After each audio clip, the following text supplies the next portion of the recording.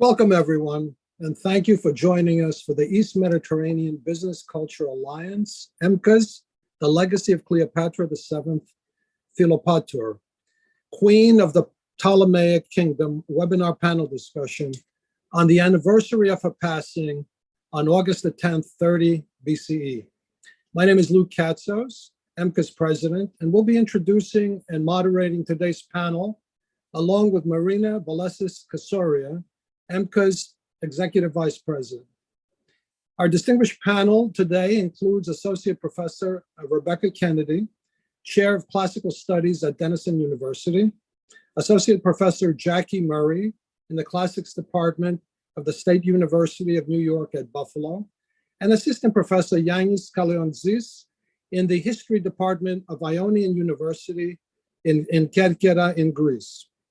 Cleopatra VII, the most active and last ruler of the ancient Egyptian civilization, led a remarkable life filled with accomplishments that left an indelible mark on history. Born in 69 BCE, Cleopatra ascended to the throne at the age of 18, and her reign would be remembered as one of the most fascinating periods in Egypt's history. Cleopatra was a gifted linguist, fluent in multiple languages, including Egyptian, Ethiopian, Hebrew, Arabic, Median, Parthian, Latin, and her native Koine Greek, which enabled her to communicate with various diplomats and conquerors. Cleopatra was exceptionally well-educated and skilled in chemistry, economics, mercantile strategy, military theory, and law. She was also well-versed in mathematics, philosophy, and debate, and was known for her formidable strategic thinking and geopolitical acumen. Cleopatra understood the value of forging alliances, and she engaged in diplomatic relations with Rome, particularly with two of its most powerful leaders, Julius Caesar and Mark Antony. Her relationship with Julius Caesar began in 48 BCE, when she sought his support against her brother in a civil war for control of Egypt. Cleopatra's intelligence and charm captivated Caesar, and their liaison bore fruit when she gave birth to their son, Caesarion. Through their relationship, and though it was cut off by Julius Caesar's assassination, Cleopatra's influence remained significant in Rome. Following Caesar's death, Cleopatra aligned herself with and had a romantic relationship with Mark Antony, one of Caesar's allies. Together, they formed a formidable force against their political rivals. Cleopatra's charisma and intellect were instrumental in solidifying their partnership, and she became an influential figure within the Roman Empire. However, their alliance faced a tragic end during the Battle of Actium in 31 BCE, when Antony and Cleopatra suffered a devastating defeat against Octavian, later known as Emperor Augustus. Realizing the inevitable, Cleopatra took her own life, a poignant end to a captivating and eventual life. Cleopatra's accomplishments extended beyond her personal relationships. She sought to enhance the prosperity and grandeur of Egypt. She invested in infrastructure projects, encouraged the development of the arts and sciences, and championed the cultural heritage of her kingdom. Throughout history, Cleopatra's legend has been embellished with tales of her seductive beauty and allure. Yet, her true power lay in her intelligence, diplomacy, and strategic thinking. Cleopatra's reign as a queen and her relationships with influential leaders continue to intrigue and inspire scholars and storytellers to this day. I'd like to, before I introduce our first panelist, I'd like to just introduce a little bit about Marina Belessis, who is the Executive Vice President of EMBCA. Marina is the president of Ideas United, a creative development consulting a firm at the intersection of communications, strategy, programming, and resource development for social good, philanthropy, and impact investing. She is a certified fundraising executive and holds a RE, International Credentials in Fundraising Management, with over 25 years of experience working with nonprofit organizations. Her expertise in strategic partnership includes education, environment, workforce and economic development, arts and culture, civic and community, ethnic and religious communities. Marina is a founding board member of ELPIDES, Greek Woman Helping Greek Women, dedicated to supporting the victims of family violence. Her community services includes membership to many boards of directors, and obviously including also the vice presidency of the East Mediterranean Business Culture Alliance. She holds a master's in science and organizational leadership and has been awarded the Congressional Citation by Congresswoman Maloney for outstanding efforts and invaluable contributions to the United States of America. Welcome, Marina, and thank you for being with us today. Thank you very much, Lou, and for all you do for Hellenism and for bringing Cleopatra to us today. Thank you. Well, Cleopatra has been with us for a long time, but I'm so glad we can talk about her legacy on the anniversary of an unfortunate circumstance, which was her passing. I'd like to introduce now for a presentation, and then we'll have an open panel discussion. Our first presenter, who's Rebecca Futu Kennedy. She is an associate professor and chair of the classic studies at Denison University.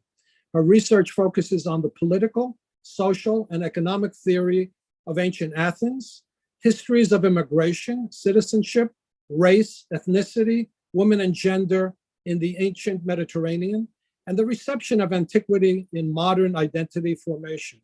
She's the co-author of Race and Ethnicity in the Classical World, published in 2013, and Handbook of Identity and Environment in the Classical and Medieval Worlds, published in 2016, and the author of Immigrant Woman in Athens, published in 2014.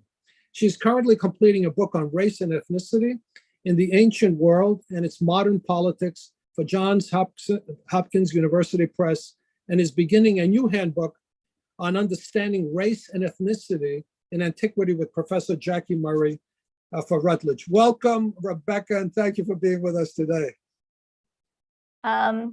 Hello. Costa, if you could go ahead and put up the slides for us. I thought so my area of expertise is really, as Lou made clear, in thinking about basically how ancient people actually thought about their own identities, these things that we map onto modern nation states and also onto modern ethnic considerations versus how we use them in the modern world.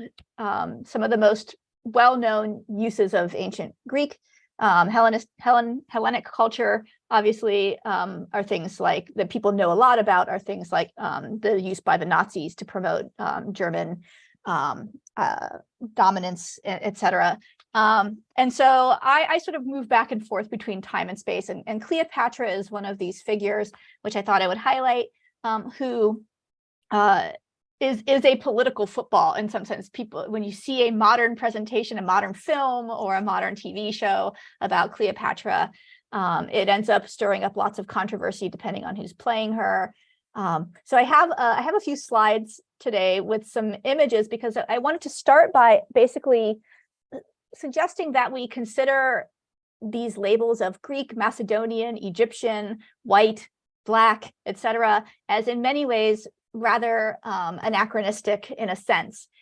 Jackie's going to talk a little bit more about the Macedonianness of Cleopatra and the Ptolemaic dynasty, generally speaking. But I wanted to simply highlight that Cleopatra's identity, whether she considered herself, what does it mean to actually consider yourself Greek? What does it mean to consider yourself Macedonian? What does it mean to consider yourself Egyptian in the ancient context? And the way that Cleopatra actually manipulated her own image and herself in order to present herself to lots of different audiences, because she was a figure who was part of led a multicultural, multi-ethnic environment, world. It's hard to, you don't want to call it a country because it wasn't a country. Country is another anachronistic word that we have. So I just have a few images. Costa, if you could actually move through these pretty quickly, I want to just go up to slide. Keep going. We'll come back to these in a second. There's a slide that actually shows, it's a meme. It has a Cleopatra on two sides. It's hand-drawn cartoon. Keep going. One more, I think. Yeah, there it is. Okay, so I thought I would start with this one. When we talk about the legacy of Cleopatra, this is what I mean by Cleopatra is a political football. So we have two groups of people fighting over Cleopatra. One are Greeks today, the other are Egyptians today. And neither of them are fully satisfied. And whenever you have a new television series or a new movie or something of Cleopatra that is presented, you will immediately get the discourse that starts with, oh, she was Macedonian Greek. We know from Herodotus and other sources from antiquity that whether Macedonians were considered Greeks by other Greeks is a big question. Sometimes they were not, sometimes they were. It all depended on the geopolitical situation at the time. They, like the ancient people called the Thracians, who are also from the Balkans, they may have spoken versions of Greek, but they weren't necessarily considered fully Greek. But Greekness itself is a big problem in the ancient world. We take it as a given that there are Greeks, and they thought of themselves as Greeks, when in fact their primary identity is usually aligned to their polis, the city-state that they had their citizenship in, or to the region that they lived in. So Athenians thought of themselves as Athenians first, and they were Greeks second or third. In fact, they weren't even Greeks, they were Hellenes, because Greek is a Latin, whereas the Roman terminology. But they thought of themselves as Athenians, then maybe Ionians, and then maybe Greeks. But and they were actually, Greeks were not contained within what is the modern nation state. So this is why you have Greeks all over the ancient Mediterranean. They were called frogs around the pond, is sort of one of the phrases that is used sometimes to refer to them. They had city-states along the coast, what is now modern Turkey, up into the Black Sea, surrounding the Black Sea, in Sicily, southern Italy, North Africa. Marseille, France was founded by Greek settlers. So you have Greeks all over the place. And what bound them together was not necessarily that they were all kin in a direct way, but that they shared specific things that they thought were cultural attributes that they all shared. Things like their language, even if they spoke different dialects, things like their ritual practices, the gods that they worshipped, certain cultural practices like athletics.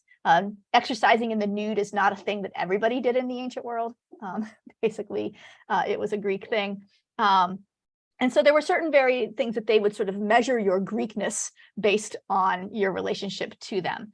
But the politics that got involved often meant that they would dispute Greekness of each other based on their immediate political needs. So the Helots, which were an enslaved population in Sparta, were also Greeks, but that didn't stop the Spartans from enslaving them, things like that. So this is the world that Cleopatra inhabited. I'm telling you this as a way to sort of get us to think from the very beginning about the fact that when we talk about Greeks and Egyptians, and we talk about whether Cleopatra was Greek or Egyptian or Macedonian, those are things that Cleopatra navigated very differently than we would navigate them today because of the politics of the modern nations that we inhabit and the spaces, the geographic spaces that we confine them to. For her, she could have been all of those things at once, and it would not have been a big deal for her. And if you go back, Costa, to the first slide, what I have there are some images. So these are slides that we would think of as more so Hellenic or sort of Greek-facing images. But if you go to the second slide, what you see is how she was in her official Egyptian iconography. And these are just a couple of samples. There are lots of different representations of Cleopatra that she herself validated or commissioned or approved of. That were basically about presenting herself as Greek, as Egyptian, maybe even she was a Roman citizen. That's a question that's still debated. Perhaps also, as I think Jackie will talk about, did she even represent herself as human? Or did she really cross that line into presenting herself more as a divine figure? So we have to be careful about how we actually think about her in the past and think about them in our own terms. If we can move forward, then Kosta, just briefly to the slide after. I think Jackie will use some of these images, but keep moving forward to the slide after the cartoon that we looked at. So the next one here.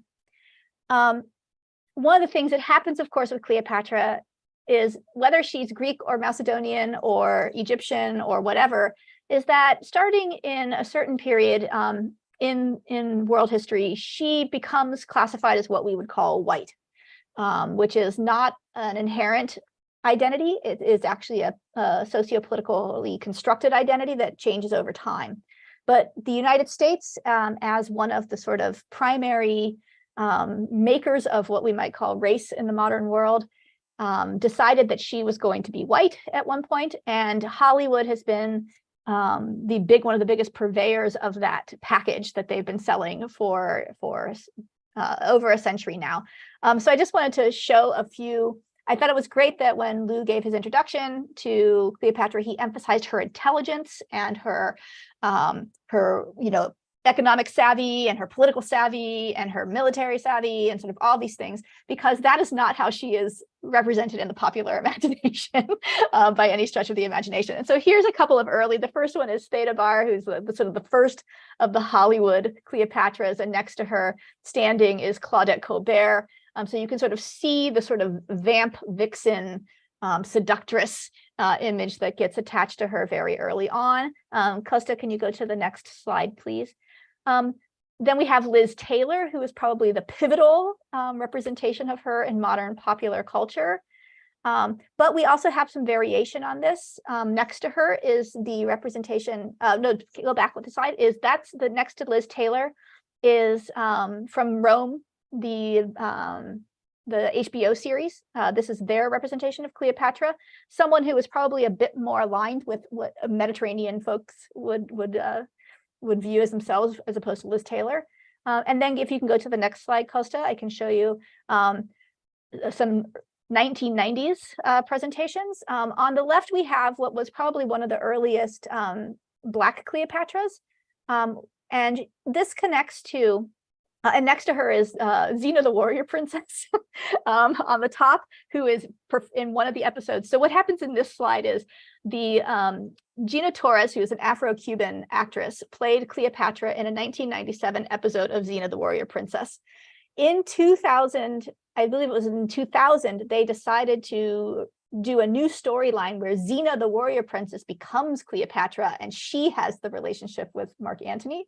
And so they recast Cleopatra as the woman below, Josephine, I can't remember her last name, but she's the one below, so that she would look like Lucy Lawless, who would become Cleopatra. This use of Cleopatra as cast as an African goes back to the sort of Black Power movements and to the emergence of, and sort of even goes back further than that, to the idea of what we would think of as Afrocentrist investments in ancient Egypt. And Jackie, I think, will talk a lot more about sort of those roots. But what we see is claims being made on Egypt in particular as an ancient historical past for African Americans in the sort of aftermath of the end of enslavement and emancipation here in the United States. This then morphs into not just a claim on ancient Africa, but what some of you might know of as either the Black Athena debates or the idea of stolen legacy, where they essentially set up this idea that all of the sort of Greek culture was stolen from Egypt, which was a Black African culture. And so Cleopatra has pride of place in African American culture as a world historical figure that they claim as their own. But this is after, of course, Cleopatra has already been claimed by the British and white Americans as an sort of Anglo-European figure of their own. And if you go to the last slide, this will just give us a shot of the most recent controversies surrounding Cleopatra and her legacy. On the one side, we have, of course, Gal Gadot, who is directing and starring in a new film about Cleopatra, where, of course, the very bad use of Greek letters to spell her name. For those of you who know Greek, obviously it's Casoria something, can't even pronounce it.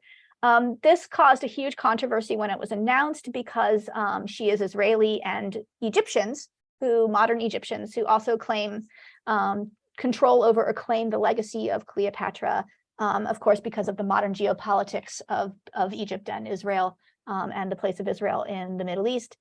Were very upset and angry about this, and there were many there were protests about it, and a letter campaign was written. The author of the screenplay for this is a Greek woman, by the way. Just so I'm sad that there are Greek letters being misused when there are Greeks actually involved in this production. But on the other side is the woman who was cast, a British woman who was cast as Cleopatra in the most recent Netflix series.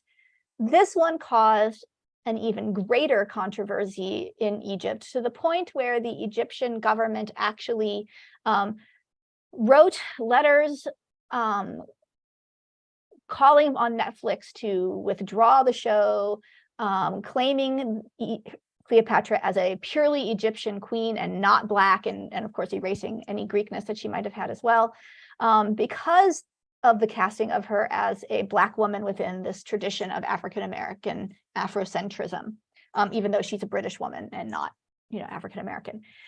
The Egyptian government also sanctioned the creation of a competing documentary that Zawi Hawass headed up.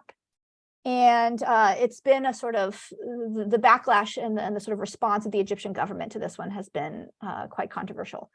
I bring this up and I sort of lay this out just to sort of let us sort of start with this idea that the legacy of Cleopatra is hotly contested, that the legacy of Cleopatra is misaligned from Cleopatra's own self-representation in some ways. It misunderstands identities in the ancient world themselves and how they formed and functioned. And it has more to do with how we decide we want Cleopatra to be, who decides that they own Cleopatra, how she can be represented is all part of our modern geopolitical landscape. And it's got 200 years of sort of mess of white supremacist discourse surrounding the transatlantic slave trade, the role of Africa, the role of Arab nations in Africa, the place of Greece, both within the Mediterranean, generally speaking, but also within the landscape of Europe and EU and what we would call whiteness, this sort of category of being white, which has changed over time during the course of the 20th century. And so that's sort of all I wanted to sort of lay out. So I'll let sort of Jackie and Yannis talk a little bit more in detail about her, but we should always remember that Cleopatra is, she's who we want her to be, often more than who she probably actually was when we see her in modern presentations. Well, thank you so much for that, Rebecca. From my perspective, my interest is not so much what we think about Cleopatra in terms of race or whatever, but in fact who she was during the period that she lived in. Exactly. And what her accomplishments were. So when I did the introduction, quite frankly, she's a unique woman that's been misrepresented in many ways. And, the seductive aspect, all those type of things do not really describe who the woman was during the period that she lived in. Yes, exactly. We'll go a little bit further into some of the things that were discussed during your presentation. But now I'd like to introduce Jackie Murray. Jackie is the Associate Professor of Classics at the State University of New York at Buffalo. She is an expert on Imperial Greek literature, Hellenistic poetry, and the reception of classics in African American and Afro-Caribbean literature. Professor Murray's published research focuses on Roman and Hellenistic literature, especially Apollonius, and race and ethnicity in the ancient world. Jackie received the Andrew Heskell National Endowment for the Humanities Postdoctorate Rome Prize from the American Academy in Rome, 2011-2012. She was the first Black woman to be awarded the Rome Prize in Ancient Studies. Since then, she has held the Margot Titus Fellowship for Visiting Scholars at the University of Cincinnati, 2017, a scholarship and fellowship at the Center for Hellenistic Studies, Harvard University, 2018 and 2020. And a Deutscher, I apologize for doing this, so I'll do the initials, a DAAD Fellowship in 2021. Professor Murray was the John P. Birkeland Fellow in the Humanities at the American Academy in Berlin in the fall of 2022. And this year, quite frankly, recently, she is the recipient of the Lord Byron Award that was awarded to her in Athens. Welcome, Jackie, and thank you for being with us today. Thank you so much for that nice introduction and squeaking in the Byron Award as well. Okay, so I'm going to talk a little bit more about ancient Cleopatra, and then we can go into picking up a little bit about what Rebecca was saying. So what I wanted to talk about was, first of all, let's look at how she was represented in Egypt. We saw some imagery that Rebecca put up with the in the Temple of Philae. You saw the Egyptian representation of her making an offering to the god. I think it's I can't remember who the pharaonic figure is beside her there, but that is how she is represented in the country in which she ruled. So there she is. So here she is making an offering to the gods as Isis, and this is in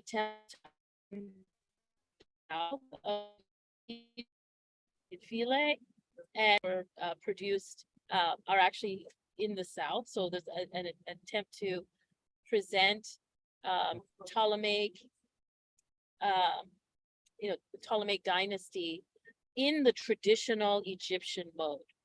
Okay, so that's kind of very important. And one of the things that might be helpful in trying to understand what the Ptolemies as a dynasty were doing, or even the Seleucids in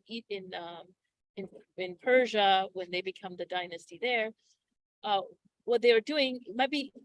I find it's useful to think about it in terms of how the Chinese imperial system tended to work, where you had different dynasties replacing each other.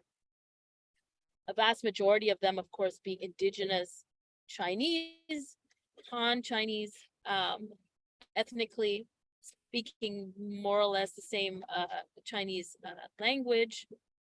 Chinese is very similar to Greek in the multiple dialects, etc., right?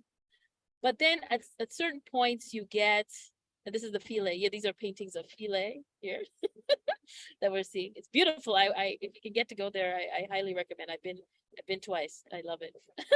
But anyway, to get back to the point I was making is that the most famous Chinese dynasties that the West is familiar with are the Qing dynasty, the very last one, which ruled for about 400 years, started by Kangxi, who was Manchu. So indigenous Chinese, one of the longest ruling dynasties of China were not indigenous Chinese. And this is very similar to, I think, thinking about the next dynasty, but the Qing took on many various dynasties, but there's also a consistency.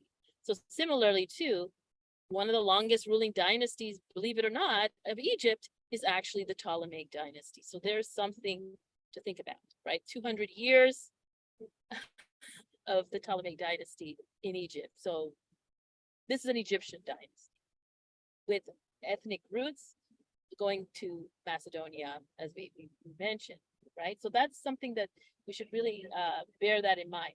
Now, so when they're presenting themselves within the country that they rule, right? They are presenting themselves, certainly in the vast majority of Egypt, as a continuation of the Egyptian dynastic system. new dynasty for sure, but a continuation. And I wanted to sort of go over some of Cleopatra's Egyptian names, right? So all the kings of Egypt have what we call a Horus name, a name that marks you off as the pharaoh. And for Cleopatra, her titles are Great Lady of Perfection, Excellent in Counsel, so getting to her intelligence, the Great One, Sacred Image of her father, and the third one, Goddess Cleopatra, who is beloved of her father. Now I want to notice that, like, the emphasis on her father, right? Normally, in up until her father, actually, the tendency was to say mother and father, right? I'm the descendant of the two sibling gods often, and both mother and father. And this goes all the way back to the beginning under Ptolemy II, where you wanted to emphasize that your parents, both parents, were equally ruling or almost equally ruling. So there's a tendency in the Ptolemaic dynasty anyway to have the queens be particularly powerful, right? And again, I think this is something that we could trace back to powerful women in the Macedonian dynasty, where Olympias, Alexander's mother, for example, was a very powerful woman. Now, so that's interesting. And what's interesting is that she doesn't mention her mother, and neither does her father in his scheme of things. Whereas if you go back to some more traditional Ptolemaic king, Ptolemy II, for example, there's a poem by the Macedonian poet Posidippus, where he's celebrating the king's victory in a horse race, and in Nemea, I think it's Isthmia. It's at the Isthmian Games, and he's saying that his dynasty is the first to have 3 kings in a row win the games, and the 3 kings are me, the son of Ptolemy, and the mother Berenike, and then he gives Berenike's Macedonian local place where she's from. So he mentions his mother is Macedonian, and then he says, and my parents are the other 2. So he just named them, and then he now says, and the other 2. And then he says, but what's really important is that my mother is one of them, right? So you get the sense that he's really important, wants to promote the mother, wants to promote her as powerful. Now we get to our 2, Cleopatra and her father. Both of them do not seem to want to associate themselves with their mother. And in fact, both of their mothers are of questionable identity. Cleopatra's mother is identified as Cleopatra V, but we're not 100% sure. And in the case of her father, it's even less sure. And in fact, he was given the nickname Nothus, bastard or suspect child, illegitimate, questionable, right? And so this has opened up the possibility for finding other ethnic identities in that sort of ancestry line. And this is, leads into the opening it up into that. So then I want, so when you're identifying yourself as, like I was saying, well, what you think you are, but there's certainly the Egyptians in Egypt, was Egyptian, because that's what they were faced with all of this iconography, pageantry, etc. Perhaps in Alexandria, where the capital, where there are much larger Greek population, and you can see the integration of Greek and Egyptian culture, then it's very clear there that there's a lot of bi ethnic identity going on amongst the elites. Like we see people having Greek names and Egyptian names.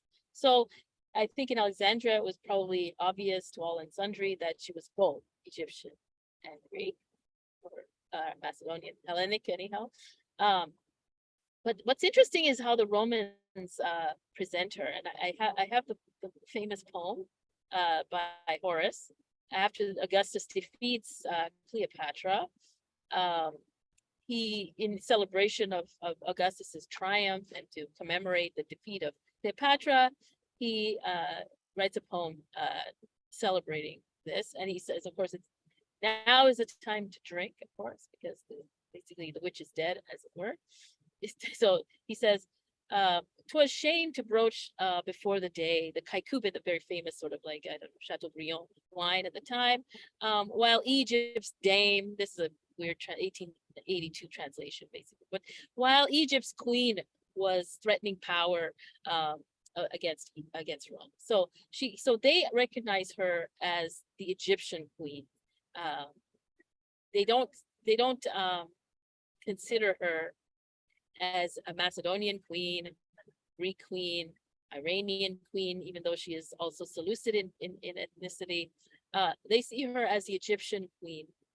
And similarly, when Virgil represents her on the shield of Aeneas, fight against Augustus as well, there's as depicted as Isis shaking her sistrum and conjuring up the Egyptian gods against the Romans. So as Rebecca was pointing out, she was seen as this very multifaceted figure. And so she manipulated her image in multiple ways to appeal to whoever it was that she needed to appeal to show her power. But Rebecca alluded to the fact that one of the things I think we need to take away from this is that she is in a dynasty that had, from Ptolemy I, claimed God status. Okay, so prior to the Hellenistic era, or I'd say about the 4th century, we have the first, I think it's Lysimachus, is the first Greek general to claim God status, which of course was shocking at the time. But then thereafter, you have Philip, Alexander, and then all the Ptolemies, the Seleucids, all of them start taking on the idea that they are gods, and that because of the greatness of their achievements, etc., they have divine blood, and they're separate from the rest of the population. So I think that's really crucial to take away. They would not have seen themselves as normal, ordinary human beings. They were gods. And so, when we're thinking about identifying with them or claiming ancestry to them, bear in mind that they probably would have just, what? These little peons? What do they got to do with me? They don't have the same blood as me, but right? They would have turned their nose up against us, right? So that's one aspect to think about. And so I'm going to stop there, but I can go on a bit more in the discussion. But I just wanted us to get that clear that we are dealing with a royal person who clearly thought of themselves as way above the average ordinary person. And so national identities would not have really been anything other than tools for her to manipulate and use to get whatever job she wanted done. And we know she got a lot of jobs done. She was great. And actually, one more thing I wanted to get into was, as Costa was talking about how all her great achievements, etc. One of the things that gets hard to deal with when every time a controversy says stuff is she has all these admirable traits, and when people want to be inspired by this,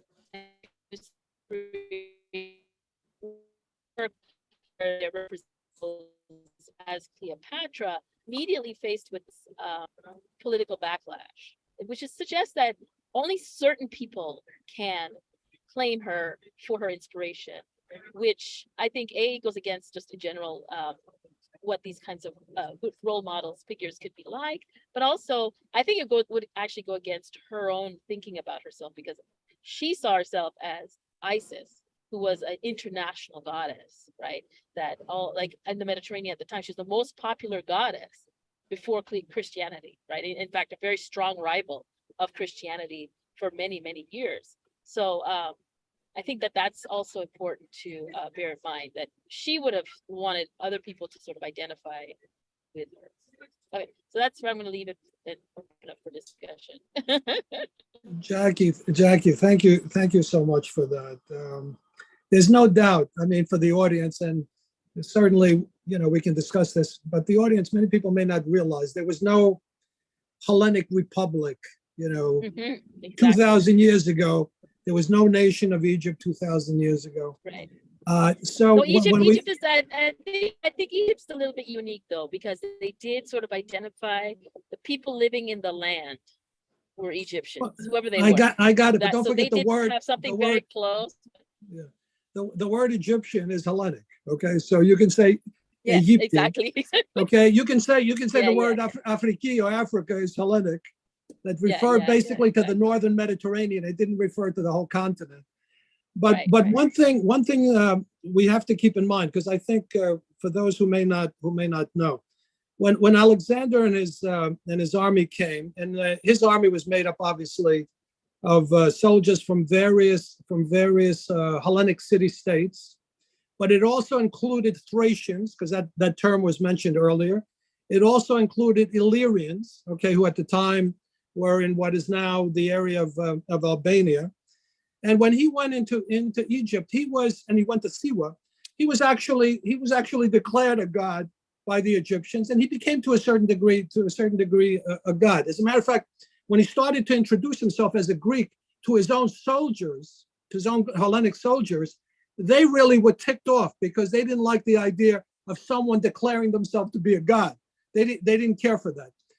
But when obviously Alexander died and his generals started to pull apart or take control of these different areas, whether it was the Ptolemies, which are in what is now Egypt, etc., the Seleucids that you mentioned earlier, Jackie, or even when they went into Bactria, they went into India and Afghanistan. There were other generals that went into those areas.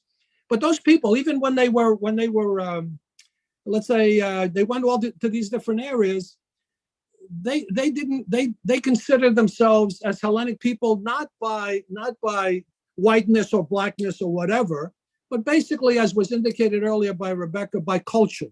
Okay, it was a cultural thing. Color was not color in the ancient period was not something that really people talked about, and that's important to mention, but we'll get back to color in a second. Marina, would you like to introduce Yannis? Yes, thank you. Yannis Kallionzis,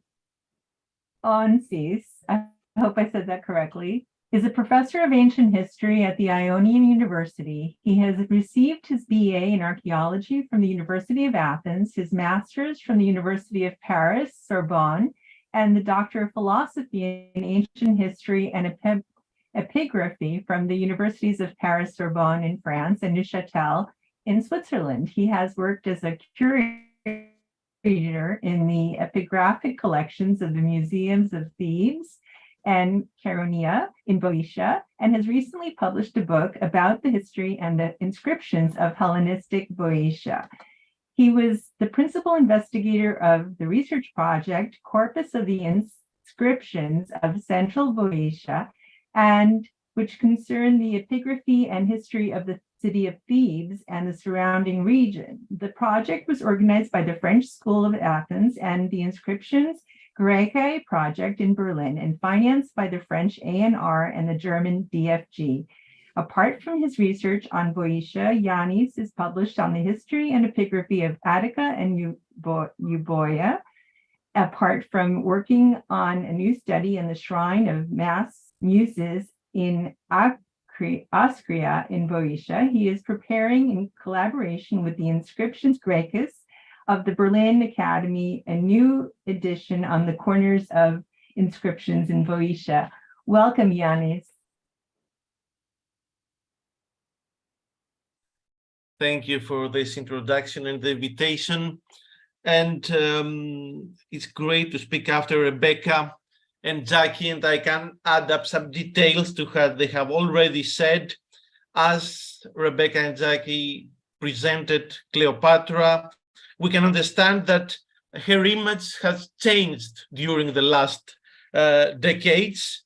It's no more the femme fatale, the seducer, the oriental woman who only plotted with powerful Romans, is now recognized as the strategist, as an important strategist for that period, and a survivor that managed to overcome a lot of difficulties, to exterminate a lot of opponents in order to become Queen of Egypt and to strengthen and extend her kingdom.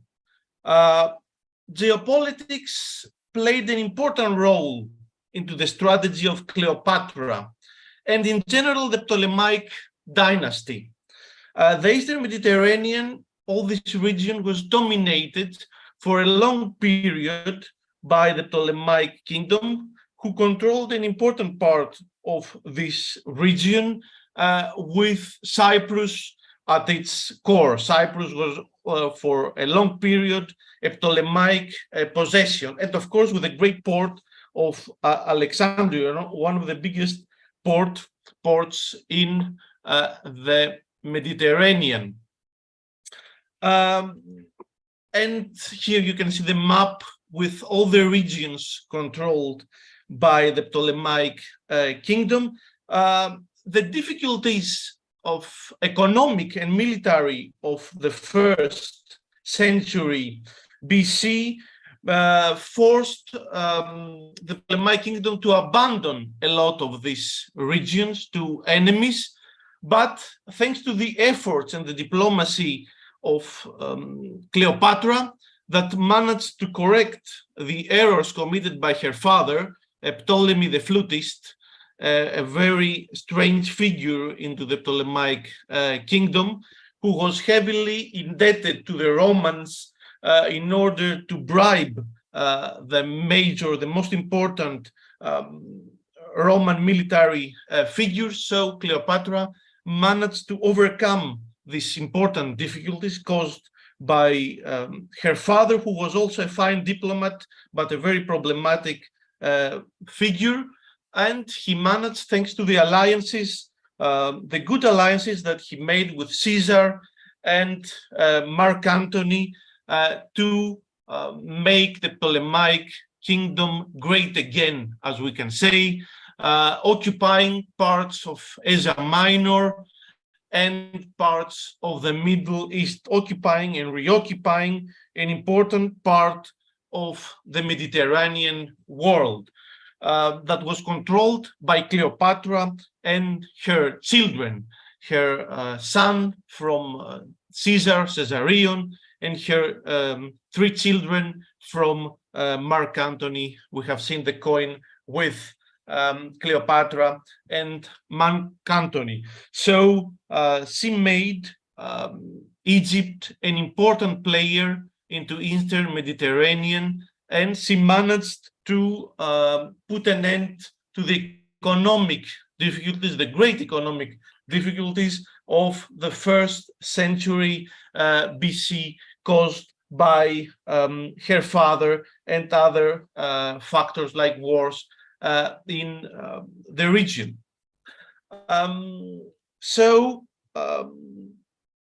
All these regions was, of course, always under Roman control and under Roman protectorate. Cleopatra was queen of queens, and her sons especially were kings, but the Ptolemaic kingdom from the middle of the first century BC was a protectorate of Rome, and it was mainly controlled by the Romans, but with a certain limits to this Roman control that permitted to Cleopatra to have an important territory under her control during that period, and to be a queen of queens for the Eastern Mediterranean. The internal policy of Cleopatra that is connected to the identity issues that we have already discussed in Egypt and in all these kingdoms, was to try and mix cultures and peoples. She was, as Rebecca and Jackie have already said, a mixture of both cultures, Greek and Egyptian, and so she managed to promote Hellenism, but at the same time gave rights and more liberty to the Egyptian element of Egypt. She turned to the Egyptian religion. She was a goddess and a priestess of the Egyptian religion. And she continued an already existing policy of the late Ptolemaic kings that wanted to forge a union between Egyptians and Greeks, a rather cosmopolitan atmosphere that existed at the period in Egypt, in order to make Egypt a stronger state. And so she encouraged the development of and the building of Egyptian temples and sanctuaries, as we have seen with previous slides, the reliefs from the Egyptian reliefs from various Egyptian temples. And she had this double identity, as we can see clearly in these portraits that we have already seen partially. The Greek portrait found in Alexandria, now in Berlin, where she has clearly Greek and Ptolemaic characteristics like the big eyes, the nose, everything is Ptolemaic in this portrait, like she has inherited various characteristics from previous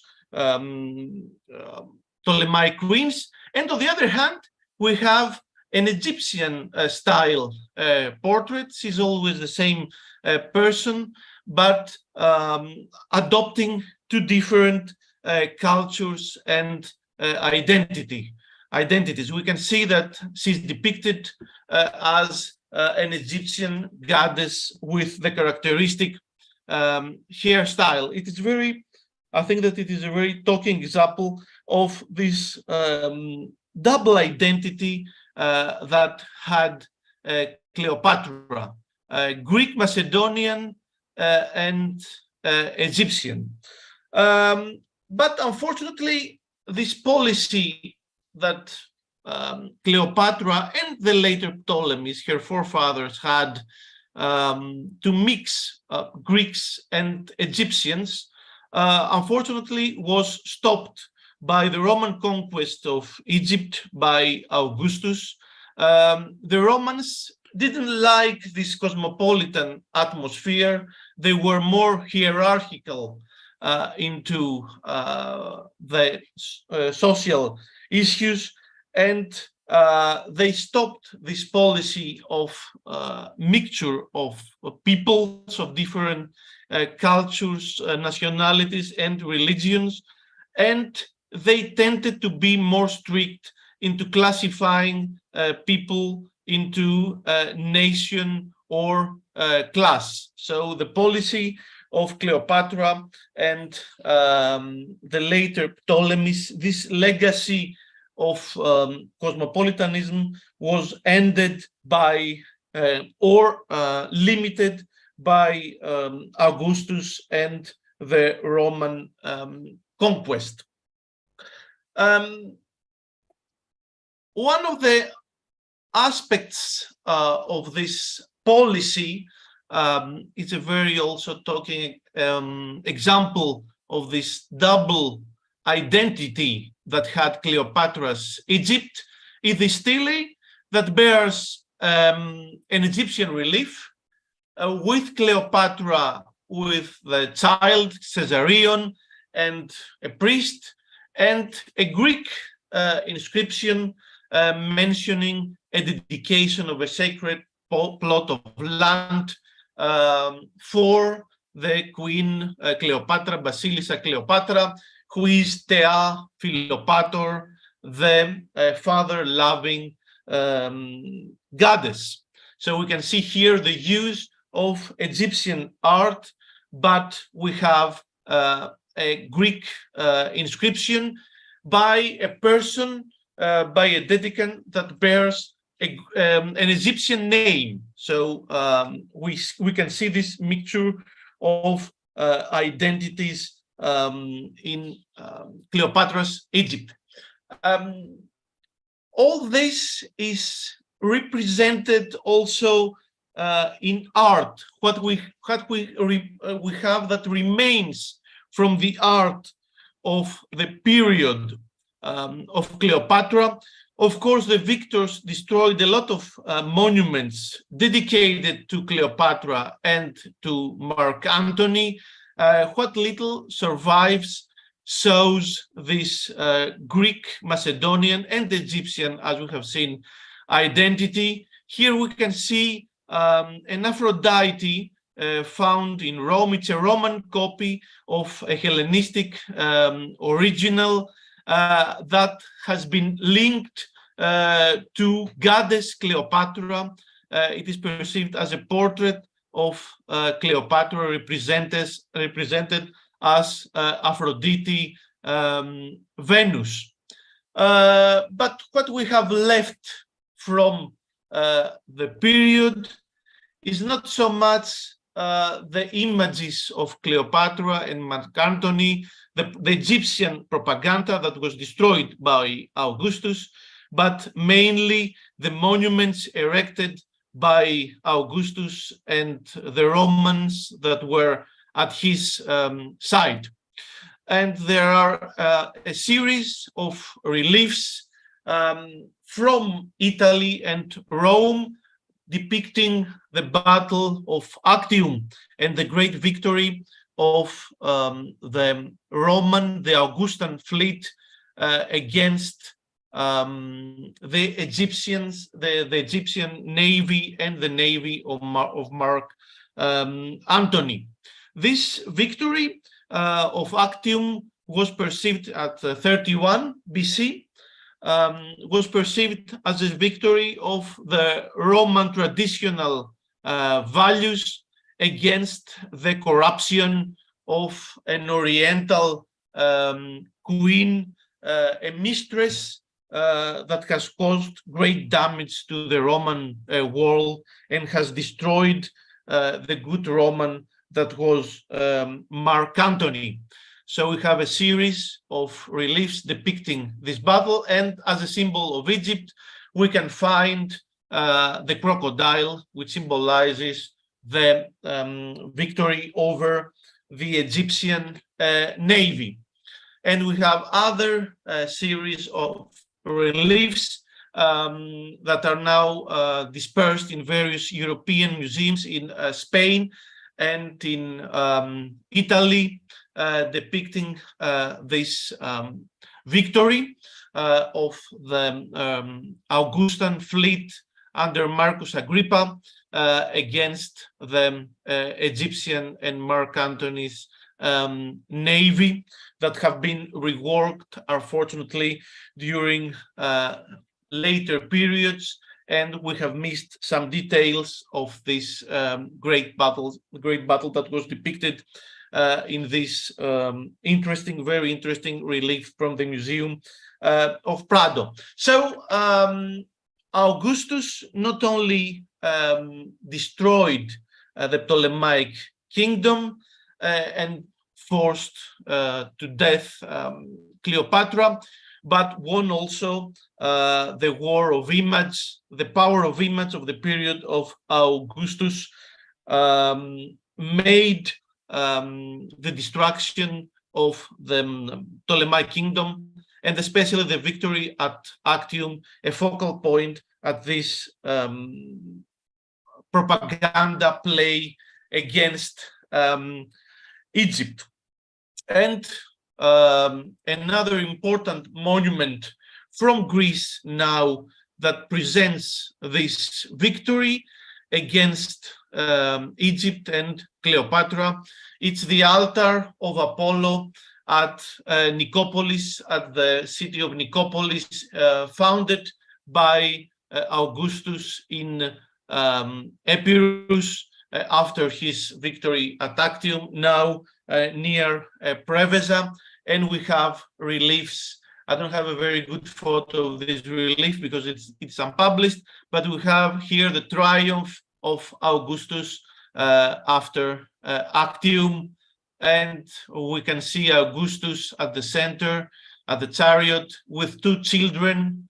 We have the heads of two children, maybe the two children, the two surviving children of Cleopatra, the children by Mark Antony. So Augustus has won. Very little survives finally from the art and the sources of the period about Cleopatra and Mark Antony. But we can say that Augustus and the Romans damaged the Ptolemaic kingdom and the legacy of Cleopatra, but this legacy was never completely destroyed. Hellenism, but also Egyptian culture, indigenous Egyptian culture, the temples and other characteristics of this culture continued well into the Roman imperial period until late antiquity, nearly until the Byzantine period, and then the Arab conquest. So something remained from this great kingdom of Cleopatra, and in general the Ptolemaic kingdom that was one of the most important Hellenistic states, left us an important legacy that managed to survive through the various distractions of the period, and especially the conquest by Augustus and the transformation of Egypt into a part of the Roman imperial state that was directly administered by the emperor himself. So Egypt, after Cleopatra, became an integral part and one of the most important jewels of the Roman crown, we can say, but the legacy of Cleopatra was never, and the Ptolemies, was never diminished and instilled somehow with us till today, we can say. You finished, Yannis, or no? And I have to add final piece of Roman propaganda with an obscene scene on a Roman lamp depicting Cleopatra and the crocodile. I won't get into other description of this lamp. You can see for yourself. Well, where is this lamp? Where is this lamp? This comes from, I think, it's in the British Museum. It's in the British Museum. Yeah, but it comes, there are other examples coming even from Germany. So it was a widespread example, part of the obscene and sexist propaganda against Cleopatra, depicting her as a mistress, as a sexual monster that violated Roman values. Well, listen, there's no doubt that the image that some people have portrayed stems from the Romans themselves, as you indicated. And one of the fascinating things that we can only imagine, obviously, is what if Mark Antony and Cleopatra had actually won the battle against Octavian? Cleopatra effectively would have been the queen of the Roman Empire. And that would have made an amazing situation that none of us basically can predict. I will say, even though the Romans took over, obviously, what is now Egypt and the other areas of the Eastern Mediterranean, that the Eastern Mediterranean was basically the lingua franca of the Eastern Mediterranean was the Hellenic language. It wasn't in fact a Latin language. And that in itself also indicates something of what took place during that period in what we call the post, I guess, Alexander period. The thing we should also mention is that the Hellenic people were not confined to what is now the small republic of the Hellenic Republic, or what is known in the West as Greece. In fact, the Hellenic population, until the 1920s, when there was an exchange of populations, there were more Hellenic people outside of what is now the Hellenic Republic than there is in the Hellenic Republic. So when we think of areas like Egypt, areas like what is now Israel, areas like Sinai, areas like Jordan, areas like Syria, areas like now what is now Turkey, we can't forget that those populations, until the end of the Roman Empire, until the end of actually the Ottoman Empire, were to a certain degree occupied by Hellenic people. And then when we talk about the Hellenic people, it's also important to understand that they were in Egypt probably 1,000 years before Cleopatra. In other words, many of the mercenaries that fought for the Egyptian pharaohs were actually Hellenic hoplites. As the same thing was true, by the way, with the Persian armies and all the rest of that. So these people, using modern interpretations of countries and people and all the rest of that, is to a certain degree, I hate to say this, nonsensical. I think what we have to do is go back to the period of how people, wherever they were, how they equated themselves and who they thought they were. There is no doubt that she was the queen of what was then Egypt because her family was there for 300 years. So you can't separate her and say that she was somehow in Macedonia. She can talk about her ancestors or being the descendant of Macedonians and all the rest of that, and there's plenty of historical information for that. But we have to get away from this modern interpretation of who people are. My opinion, this is my opinion, by the way, of who people are, were, etc. Because what is happening now is completely different than what was happening 2,000 years ago. We open a discussion and anyone can talk about anything they like and we can chat about it. It's an open discussion now. Well, I would like to add something to what you have already said. Yes, but we have to say that the Ptolemies were a very strange people. We have to understand that the Ptolemies were a very strange dynasty. They were really picky into marrying other people. And sometimes, at some point, they stopped marrying into other people. And they begin the incestuous marriages that we know, because they wanted really to keep their bloodline very, very clear. And they started marrying their sisters or their nieces. Well, we got it. This was what the pharaohs did because they were gods. Gods couldn't marry normal people. They had to marry other gods and their relatives. But I will say that the person who started this was Alexander himself. When Alexander started to conquer all these different nations, okay, Alexander did not try to keep them down or what have you. He actually asked his own soldiers in many cases to marry into the families of the people that they conquered. Okay, that was Alexander's way. So when the empire started to break up, and the Ptolemies, the general, actually there was a fight about the body of Alexander. That's a different discussion. Where Alexander wanted to be buried, obviously, where Egypt is, and how the Ptolemy actually tried to grab his body or steal his body or what have you, so he could become the ruler of that area. But forgetting about that, when they in fact took over those areas, they obviously wanted to go into the cultures that they were in. Once they became gods, they had to marry their relatives. That's just the way it is.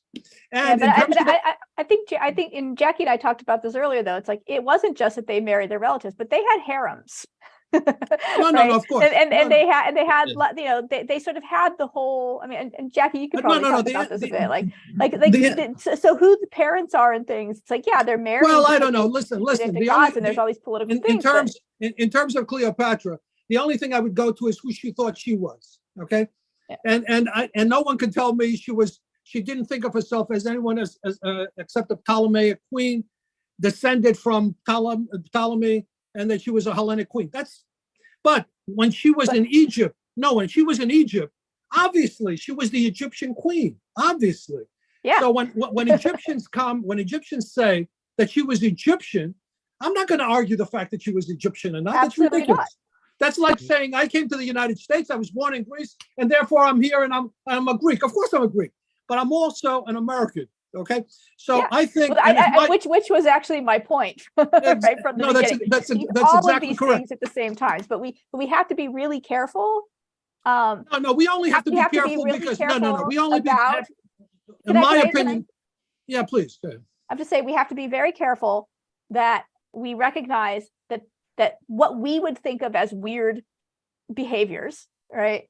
That we can't oversimplify.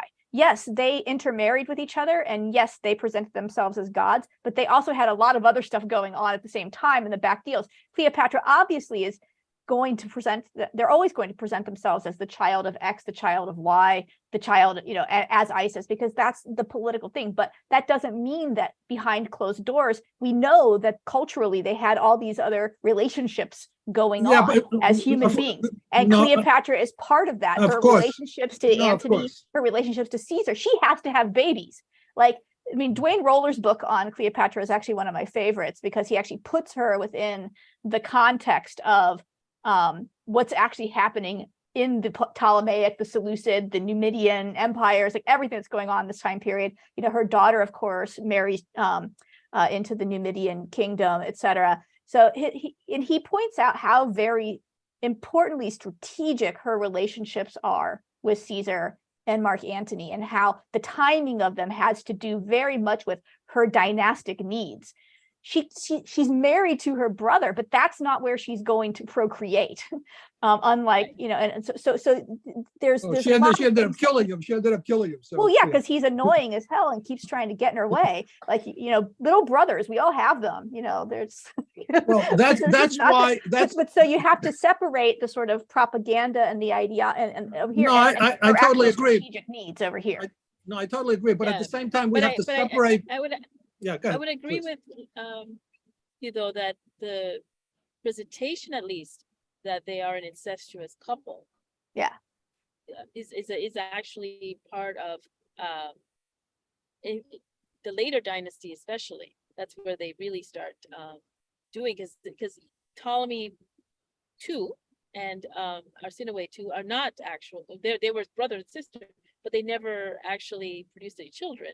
And Ptolemy III and Berenike II, who pretend they're twins, as far as we can tell, because the inscriptions say that they are having the same birthday. They're cousins. So, but then their children actually do marry. So the first real fully incestuous child is Ptolemy IV's child, who then marries the Seleucid daughter, and then they start seeing that as a way of differentiate, as Yannis is pointing out, as a way of purifying their blood, and not in the way people talk about it in terms of like, national racial identity nowadays, where purifying your blood, keeping yourself racially segregated. No, or maybe they were, but in terms of themselves as a race, as a dynastic race, if we're going to talk about it in those terms. Yeah, if you're going to use the word genos here, right? Yeah, exactly. Yeah, but the idea really is about that we are divine rulers of Egypt in the same way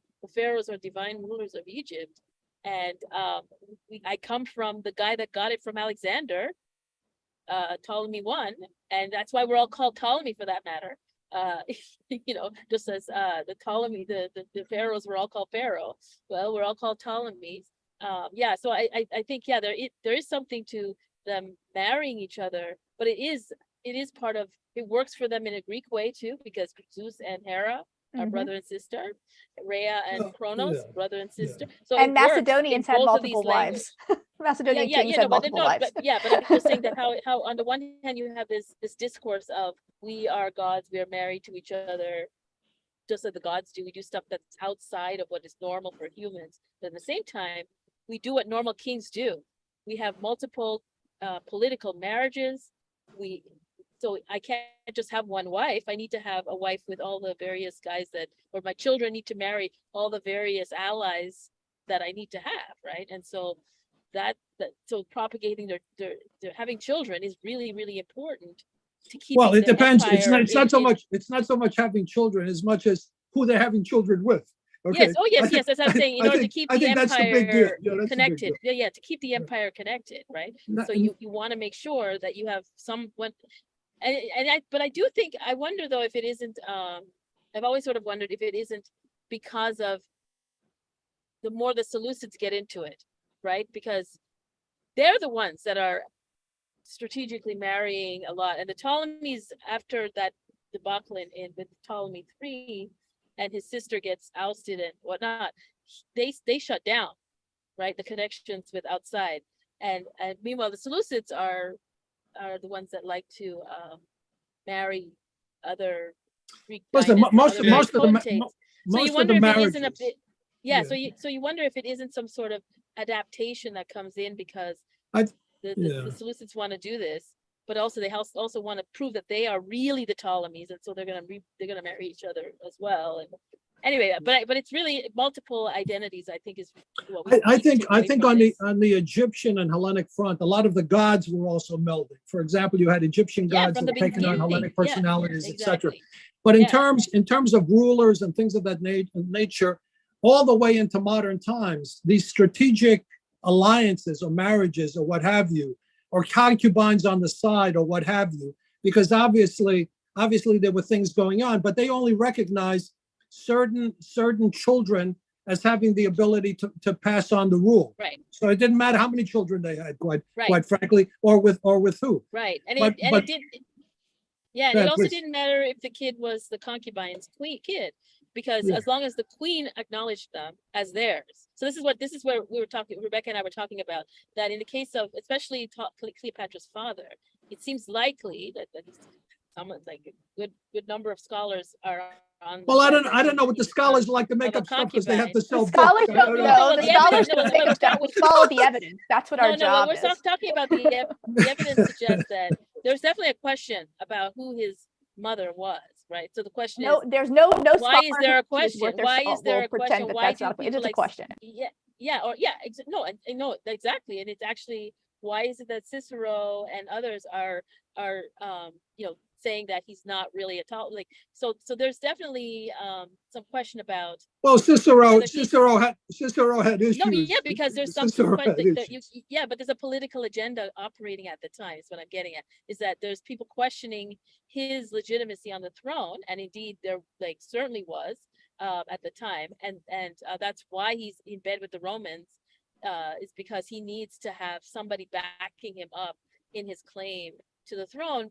Mainly because he doesn't have, or there others are claiming he doesn't have the right bloodline for this particular position. Yeah, I think this is a really important question, point, though. Like somebody has to make it a question, right? No, it's a really important point because I think what's important, because this is the where Cleopatra is coming out from. Cleopatra is actually coming out of a household where the queen, not the king, the queen makes the decision about which children within the harem are recognized as legitimate and which ones are not. The queen makes the decision. So even if the queen doesn't give birth to the child, if the queen decides that that is the child that is going to inherit, the queen adopts that child as if it is her own. And in most of the ancient world, adoption is as good as birthing. Like in the Roman world in particular, that as a legitimate. that's legitimate claim. No, absolutely. So it's the queen, and so that's the world that Cleopatra is coming out. And so this whole line of very strong, powerful queens who really actually do control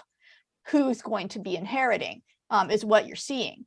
And so she can not only comes from that power and uses that power, but and understands that power, but then that allows her to also control, her and the queens that come before her, allows them to actually control the propaganda and the image that gets presented out. Right. And it also helps with why Caesarion can become pharaoh, right? Because his father is explicitly not an Egyptian or Ptolemaic, right? Like he's Caesar. And so she's really creating something new here, right? The threat that the Romans perceive, as you're getting at, right? The threat that Egypt represents. What if Antony and Cleopatra won, right? Right? Or, it would be that the empire would be centered in Egypt, which in the Mediterranean world, that is actually the center of the world. Rome is sort of like out on the western edge of the universe to be ruling it, right? And so, and then there's like the fear that is expressed in a lot of the Augustan celebration of Augustus' victory is of trying to move the world to Egypt, right? That this is what she's threatening to do. And this really interesting about Augustus's pharaonic title, because he takes on the role of pharaoh in Egypt, right? He actually does become a pharaoh because he needs to. But what he does interestingly enough with his one of his titles is normally he's just like world ruler, autocrat, or whatever. But in one of the actual titles, he is the one whom Horus, the god of pharaohs, loved, who is centered in Rome. So instead of having it normally centered, because normally it's the one who Horus loves in Egypt or whatever, right? He changes that last bit about in Egypt to make it in Rome. So he moves the whole of the Ptolemaic or the Egyptian idea of world center to Rome. And whereas Cleopatra would have, of course, kept it in Egypt if Antony and her won, right? Because basically what they were doing, I would say, is continuing Caesar's plan, which was, of course, to try to move everything to Alexandria, right? So I think there's definitely something there with her. Listen, there's no doubt. The threat that she represented was this idea of really ruling the world. She was in my opinion a genius. Okay, no question. Geopolitical genius. She was smarter than anybody she was around. There's no doubt in my mind. She was obviously grooming her children, or at least hoping her children would eventually not only be the pharaohs of Egypt, but basically take over the whole empire and be, the rulers of the whole empire. This is a fascinating discussion, and we should continue. Now, recently a lot of stuff has come out, and I know we discussed a little bit, but some of the stuff that's come out has nothing to do with the way these people thought about themselves. No. Okay, so why are we having all this crazy discussions and all this insane type stuff, whether it's in Egypt or in Greece or wherever? I think it's we should go back. We should go back to the history and back to the fundamental stuff that the ancient stuff, actually.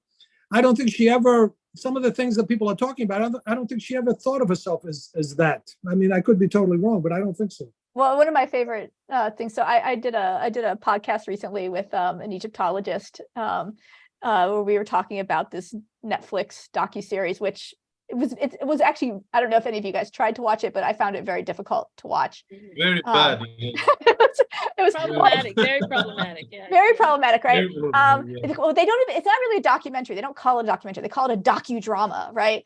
Right. And one of the things that's quite interesting about it is like, so one of the Egyptian scholars that was on it made a comment about in an op-ed that he wrote, or like a review that he wrote of the show, is that he had talked about the barge, the barge that they built. And we have Nero's barge. We have like examples of what these like royal barges look like, and they're just ridiculous, right? They're massive, sort of like floating cities, like very exquisite and everything. And he had described this barge. Yacht. Yeah, he had described this. It's like, Bezos's yacht. Yes, he had described. I think it was bigger than Bezos's yacht. It's bigger than Kirkira, right? It's like it's not bigger than the island. But he said he discussed this and described it, and then the people who were directing the show said, "Well, this is really great, but we can't include this because we already filmed the scenes that show that." The most famous scene, right? Aspect of it is the barge so scene. So there's a lot Taylor of has the barge scene. But what we were talking about this, and the big question that always comes up is why Cleopatra is so so much of a, sort of political football and entertainment industry, like loves her so much. Like there are all these other women, all these other people from history that they could go to, but they always go to her, and they're sort of always fighting over her. And it's but they go to her, in my opinion, they go to her in the wrong way. And part of the reason, part of the reason why I introduced it this way, part of the reason for my introduction was to get away from this seductive whatever. Yeah, exactly. But this lady. Yeah, this lady was a genius. This lady was. But one of the things I thought was so hilarious about the docudrama bit is that of all these amazing things that we actually know about her, right? All these the thing that they do to sort of make her, they want to masculinize her. They want to make her sort of a male pharaoh or figure, instead of just embracing the fact that she's just this like amazing person. And so they have her like always show her wielding a sword. And I was like, I can just guarantee you that she was probably not going around like, fighting. I think she had other people with swords. I don't think she needed other people taking care of it. But that was like this like really weird thing that they did. And it's sort of like, and they really they don't know how to handle her. I just think that there's so much about the modern entertainment industry that doesn't actually know how to handle. I'll bring up the Barbie movie here for a second, just because there's that sort of that speech in the middle where it talks about all the double standards that women have to live by. Now, just imagine you're like a queen goddess ruling a world where you've got these patriarchal Romans coming in, like Augustus coming in, trying to decide whether you can or cannot do this, who's got a bigger army than you and better navy, whatever. And then the image that they put in place of you as this seductress, temptress woman is the one that's going to be your legacy, because you can't, as a woman, be too strong or be too weak. You have to sort of find this happy balance. So Cleopatra sort of hits all of the primary stereotypes of things that terrified the Romans, and it still terrifies many men today, unfortunately. I think she's great. Yeah, you think she's great because you don't work with her. Just imagine if she was your boss, right? I think she's fantastic. It doesn't bother if I work with her. I think she's great. This was the thing that was really funny. My father, who's was a member of the United States Marine Corps, and sort of the prime demographic for the targeting of certain types of political propaganda. And so he would always get these like, manly man, sort of gun-toting sort of like advertisements and stuff, and he's like, look, my favorite woman is Martha Stewart, and my two favorite people are Martha Stewart and Hillary Clinton, and this is back like before, back in the 80s. He's like, so get away from me, I prefer my women capable. I prefer Cleopatra, or like Hypatia that we were talking about earlier. Marina, do you Marina, I've been doing a lot of talking and I apologize. You have some questions on your end, Marina? Well, I'm interested in her Greek identity, because I do know that seems to be missing. If I'm wrong, tell me. The Hellenism and the Hellenistic aspects of the Ptolemaic relationship that she had as a Greek woman. I'm curious about your thoughts on that. Well, so the Ptolemies.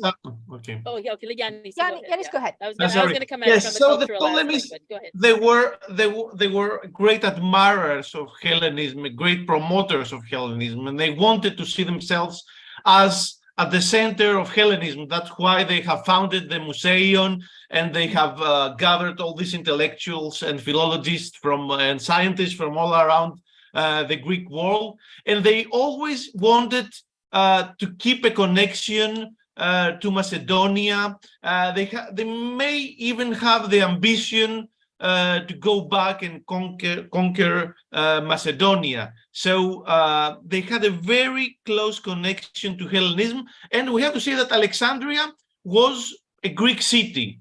Egypt had a mixed population, but Alexandria was a Greek city with Greek institutions, inhabited mainly by Greeks, but also by other nationalities like Egyptians, of course, and Jewish people.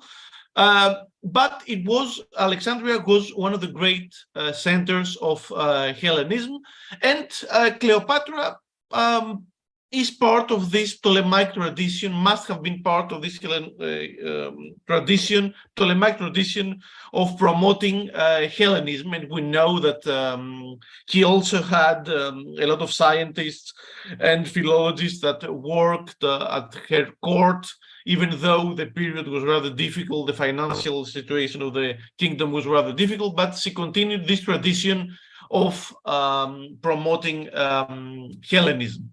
But with the other aspects that I have already mentioned, connection to the Egyptian identity and this effort to mix the two cultures. Jackie. You can also think about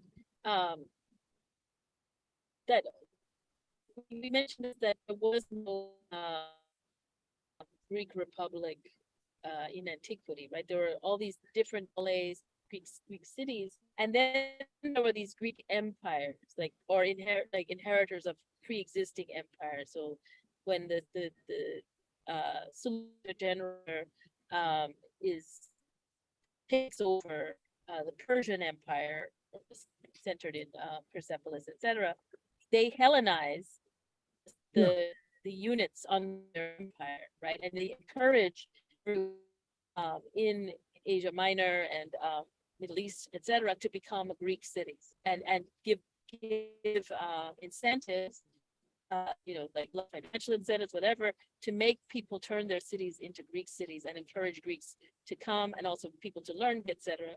And that they also become quite aggressive about it. And we can think about the whole point of having Hanukkah is because of when they become very aggressive about imposing Greek culture on the Jewish population. We're resisting, one of the few cultures that resisted this Greekification of the Mediterranean at the time.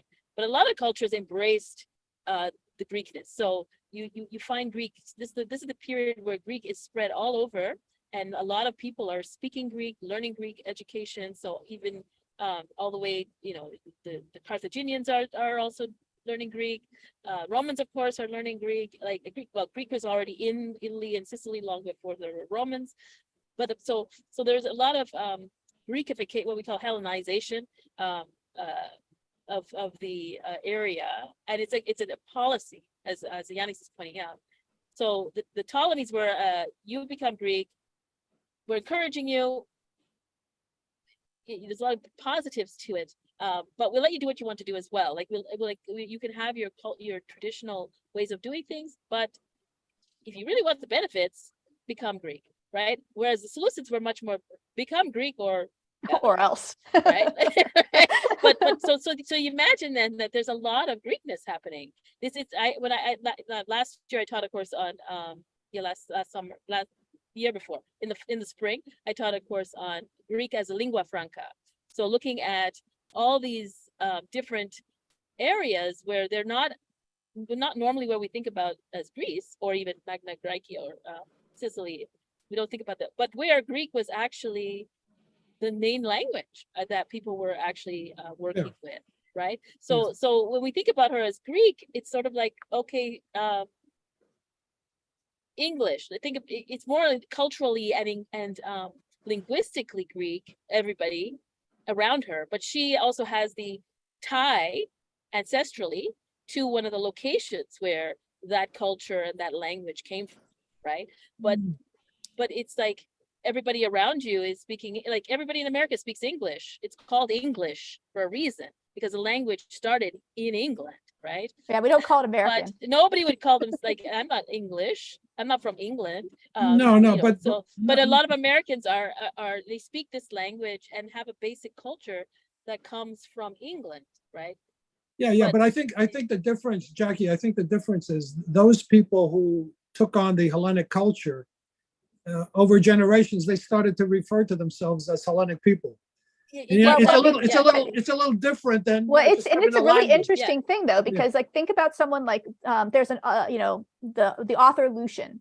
He's probably one of the greatest stylists of ancient Greek language. Mm-hmm. He calls himself Syrian.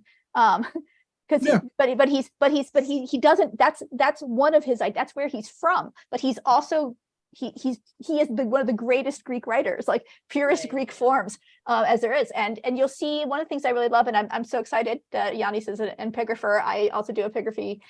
It's one of the most amazing things that you can do if you really want to understand and get into how things happen on the local levels, is to actually read the inscriptions that they leave behind.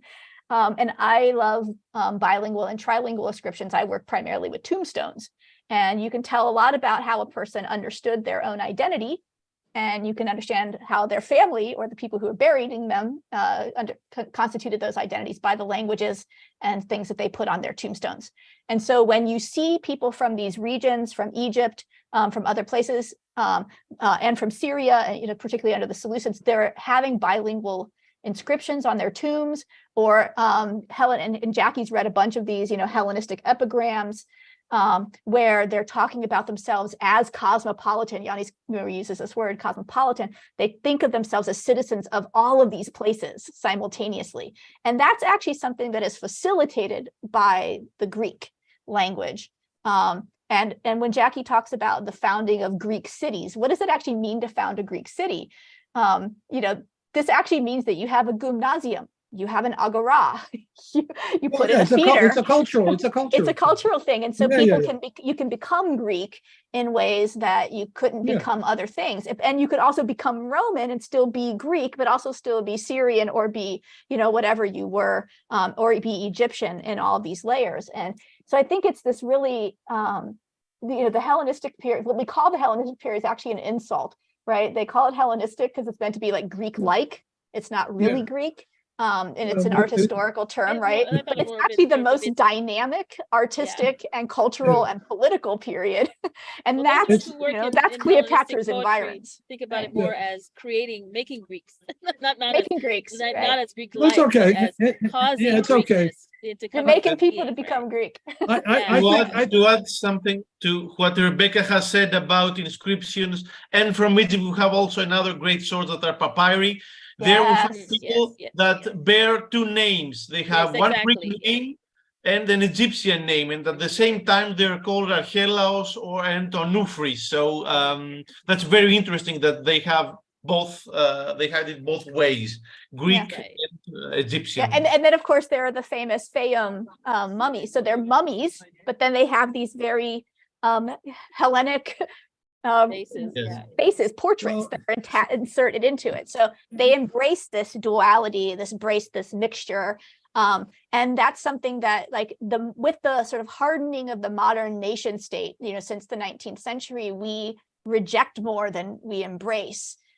Is this, we create boundaries, and then we think that these are the boundaries, and that the people who reside in those spaces somehow have to be that one thing or other. Whereas in this period, you know, and really, I think about Greeks well up, you know, up into the 20th century, they were everywhere. They're still everywhere. They're Greeks everywhere. I will add one thing. If you go to the Metropolitan Museum and you see some of the mummies, actually, you'll see Hellenic writing right on the side of it. But let me, Jackie, let me mention one thing in terms of the Seleucids and the Jews that you mentioned earlier. One of the issues was not so much the Seleucids versus the Jews or whatever, but it had to do within the Jewish faith of the Hellenic aspect coming into it. Like, for example, you had Philo, etc., basically who were writing in Greek. They were Jews, but they were writing in Greek, and it was within the Jews themselves. There was this fight about Hellenism versus Judaicism. Absolutely. Yeah, that's it. We see that in Josephus. You know, there's a lot of texts that talk about that. Yeah. And I would like to talk about a modern example of this cosmopolitanism, which is Cavafy. All right, Cavafy has written a lot about this mixture living in colonial Alexandria of the 19th century, at the beginning of the 20th. He talked a lot about this mixture of cultures and people in Alexandria of the ancient times, but seeing the society, the cosmopolitan society of colonial Alexandria of the 20th century. Marina, any other questions on your end that strike you? I've listened Does to that this. help with the Greekness of Cleopatra? Well, obviously, we're talking about a No, myth. of forget about the Cleopatra. Greekness of Cleopatra. Cleopatra was unique. No, Anyway, she go was ahead, guys. asking. That's what she was asking. No, I know. about. Well, it gives you a better idea. It gives a What you know it's a better Greekness idea means, of what Greekness means, of the Yeah. environment that because she's managing these populations. I think one thing that's not been mentioned is that the Ptolemies actually did differentiate their taxes based on whether you were classified as Greek or not Greek. Well, yeah, this is part of the incentive program, right? Right. There's the incentive. The incentives are get a tax break if you become Greek. But it actually becomes within the structures of the Ptolemaic government a category, a tax category that you can become. Most of the high positions within a Ptolemaic rule, including when Cleopatra was there, was actually people of Hellenic extraction or whatever, or speaking the culture or whatever. That became the people who classified as Greeks. I think that's exactly. But there were in fact indigenous people who also of the area who were in fact by indigenous I mean pre 300 years, pre 1,000 years. Before the Hellenic people were there, there were in fact in major positions. Marina. Well, I think the legend and the myth and what she means for women, we should talk about her role as a leader and as a woman and a modern woman. I think what her treatment through the propaganda, the anti-Greek propaganda of the Romans, but what does she mean to us today as a woman? And considering her myth and her legend lives on, her immortality. Well, Rebecca was pointing out that, how we have a problem of powerful women in a predominantly patriarchal society. We have a problem of having a woman that powerful, that intelligent, and that, capable. Being able to handle that is difficult. I remember I was teaching a course when the election of he who shall not be named happened, and Hillary Clinton was running against him, and I was doing a course on wicked women, right, and looking at Cleopatra and Wu Zetian, who's the Chinese emperor, female, only woman to rule all China as an emperor. And how similar they are in that they're both capable. They use their alliances. They were efficient rulers. They were good rulers. They were very intelligent. Yes, indeed, there is no question that Wu Zetian slept her way to the top. She did start off as concubine, so there was no way around that. But it's interesting how the same tactic of trying to make her femme fatale, as what happens to etc. So it was interesting teaching that course at that time, because then people started thinking about Clinton and Angela Merkel as women who are trying to manage this image of themselves as a powerful, capable ruler, but at the same time having a lot of aggressive, misogynist pushback on that, right? What's really interesting, of course, is that Cleopatra is relatively young when this is happening to her, and so the sexualization of her is much different than in sort of the modern context, where it's really hard to sexualize Angela Merkel in the same. That's exactly the point that came up. So you get this other misogynist behavior that's not sexualizing. But the thing with Merkel though is that she manages her images really well and then later Cleopatra, you can see Cleopatra actually has a similar move, which is she goes for muti. I'm mother of the nation, right? This is her mode of like at least pushing against the sex kitten, which she couldn't really be a sex kitten, but she does sort picturing it in my head. she just goes for I am mother. I look like a mother. That's who I am, a mother, right? And but Cleopatra actually does try to go that route with the Isis image, right? And in Egypt it was quite successful to go with the image of Isis as goddess mother, always with the baby, that kind of thing, as actually a very powerful image that in Egypt could work. Problem is the Romans are the ones who we end up inheriting their image of her, which we've seen as the sex kitten, is the temptress, the one who corrupted poor Antony, as if, well, I kind of believe Plutarch that he had kind of a penchant for strong women, right? Because that's the idea, is that, was it Fulvia was just training ground or training bra for Cleopatra? But the point is, yeah, that it's really hard, I think, for even today, surgeons of sort of patriarchal thinking, right? That's happening all over. Yeah, it gets more and more difficult for women who are capable to actually get, be seen as who they are, as rulers, or as just capable leaders, right? I think it's really interesting though, because the image of Cleopatra gets in the early mid 20th century, the image of Cleopatra gets used in marketing campaigns, particularly for Palmolive. And not dish soap. Like back in the day, Palmolive actually made, bath salts, and they made bath oils and shampoos and sort of all these sort of goods. And she was used to market it to stay-at-home wives as a way to sort of escape your mundane life and embrace this sort of exotic, it was exotic luxury, right? And so you'd have these advertisements of Cleopatra, in her full sort of Isis regalia, surrounded by palm trees. And then you'd have on the other side, you'd have her looking in a mirror, and the person looking in the mirror is like a 1950s American housewife, right? Sort of like being able to see herself. And so she becomes an escapist fantasy in some ways, or at least she's marketed, right? Mad Men marketing this to women to sort of treat her as an escapist fantasy. They weren't actually playing up at that time the sort of femme fatale temptress, because they don't want their wives becoming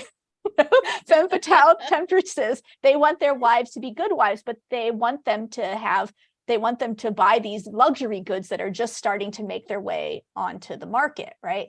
So that's sort of one way that she gets parlayed in a different way into the consciousness of women, so that you actually see feminist versions of Cleopatra getting promoted, sort of starting in the 1960s, really. But these are often in conflict with the sort of big Hollywood blockbusters, like the Elizabeth Taylor. She's supposed to somehow both be a feminist icon, but also not. And that's where I see something like this Netflix thing getting itself into trouble, is because it wants to pretend that it's going to give us this empowered woman who can actually be someone that the modern woman can relate to, someone who's capable, someone who takes care of their own things, someone who can be smart and it won't be threatening. So all these sorts of things, but then they fall back on these really weird ways that they have to make her masculine as to just letting her be as a woman, and be who she was, because she didn't embrace masculinity as her way of presenting herself, because she had ample resources with all these gods that she could appeal to as ways to present herself. But since we don't live in a world where you have strong female gods that you can sort of use to move your way through, I think we fall into this real problem of we try and turn her into a man to make her more as a leader, because we code the word leader, we code these things as male instead of as female. So she's had these various, attributes, and I think that it's going to always be a struggle, in part because and I think, Lou keeps coming back to the point that, he wants us to sort of like try to get us to see what she was in her own time period, but that's so obscured by the Roman sources at this point, and the destruction that Yannis talked about of her image and of the Ptolemaic thing. So the best we can do in some ways is, like, as Jackie has talked about, like putting her into context with these other really powerful Ptolemaic queens and Seleucid queens, and understanding the place that they held, and then funneling her through instead of trying to make her into a man to make her a powerful woman. Which I think is one of the shames of the way she often gets. You see, she's a temptress, or she gets masculinized, and she can't just be for us as this really powerful Listen, source. I don't know about the masculine or the feminine, but in my opinion, she was a leader. I didn't care if she was a woman or she was a man or whatever. And I think putting her in the context of other women, etc., I think doesn't really indicate who she actually was. I think we should take her sexuality away and discuss her as who she was. But if you want to understand, brilliant, you can't. But Lou, you can't do that, because in the world that she lived in, She used it. queens had one role, kings had other roles, and she used her status as a woman as a way to do this. And Of- you have to, if you don't understand that the Of course world that she she did. inhabited No, was gendered, then no, you of can't course, understand who she of was. course. You can't erase it. Of course, but at the same time, when we also always talk about the woman and the soap and the this and the that, we got to get away from that. We got to go back to who Cleopatra was. And my point is, She was a genius. She was a but genius. Yannis's point, and this is the difference between, and I'll say this is the difference between a historian on the one hand, which some of us here are, and non-historians, is that when we say we're getting back to the original, we want to get back to them in all of the nuances and try to figure out all of the different permutations of the way that they existed in the world. And part of the way that she existed in the world was as a Greek, part of it was as an Egyptian, part of it was as a queen, part of it was as a woman, part of it was as, a mother. She had all, as a goddess, as a priestess. She had all those different permutations. And if you just strip those all away and say she was just this one thing, and she's yes, you can be a genius and be all of those things. That's something that we struggle with in the modern world that she didn't necessarily struggle with. But it doesn't mean she didn't struggle with it. There's a reason why her brother had to be gotten rid of. There was a reason why, she had to keep Caesar on a leash. There's a reason why Octavian was such a pain for her, right? Because they didn't want her to be those things that they didn't want her to be. So we can recognize that she was a great leader. We can recognize that she was a genius, strategic genius, linguistic genius. We can recognize all those things about her, but we can't pretend that it's a flat arc, that there's one thing that she was and that supersedes everything. We're not disagreeing. We're actually agreeing. Yeah. The only thing I have to say for you historians is do more of an emphasis on some of the other stuff. That's all I'm saying. Now, with that, we had considering that I don't actually publish scholarship on Cleopatra or make Netflix documentaries, I think that I can be excused. Well, I think maybe you should. Listen, we've had a fascinating discussion. Can I say something about the documentary of it? Oh, yeah. Please. Go ahead. Or Docudrama. Because it creates expectations when you say it's a documentary. Yeah. But what's interesting is that the first one in the series, right, actually achieves all the things we want to have achieved for Cleopatra. Because the first queen, the African queen ninja that they do an excellent job of her, making her both a woman, making her also very powerful, making her a genius, and all in the way that she's able to handle the Portuguese trying to control her country, etc. They do a great job, and but the Netflix folks seem to just be tied, first of all, to the Roman narrative, right? That is what I think is so we can't get around. That Roman narrative is so strong, and then what they seem to be doing is just tweaking it or turning it on its head every now and then. But they're still tied to that Roman narrative, which is presenting her in this one way in relation to Antony and Cleopatra. Plutarch killing us.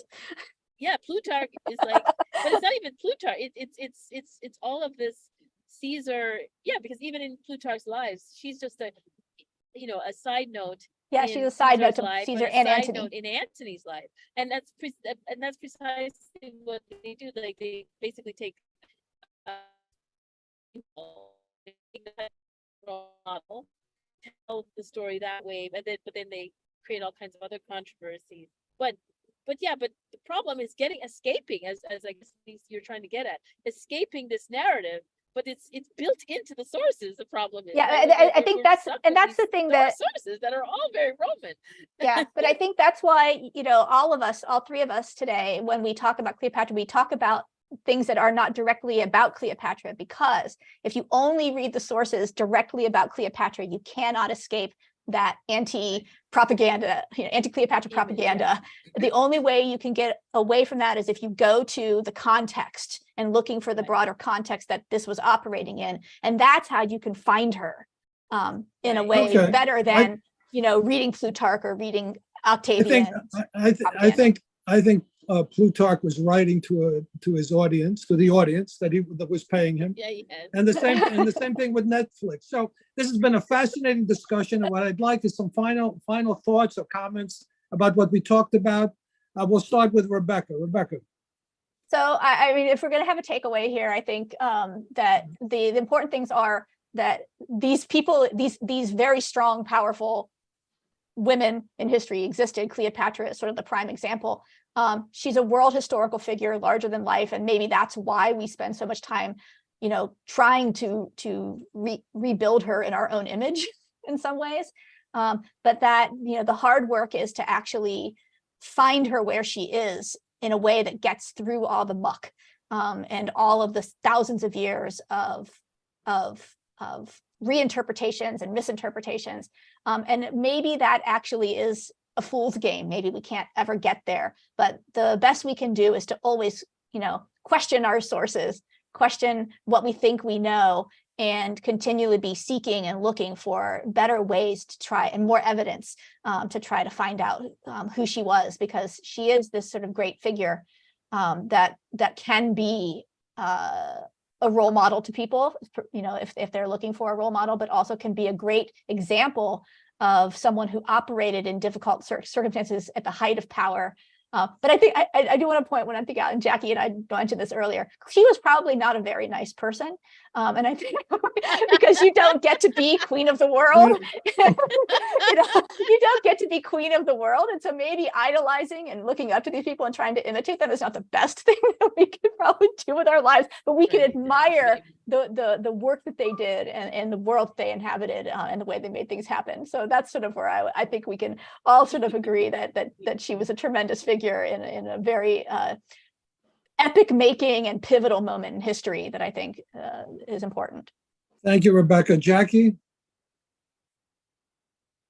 Some thoughts? I agree with what Rebecca is saying. Yeah, and some thoughts I was thinking about too is I'm very interested in so creative interpretations, but marking them as such, right? This is a creative interpretation.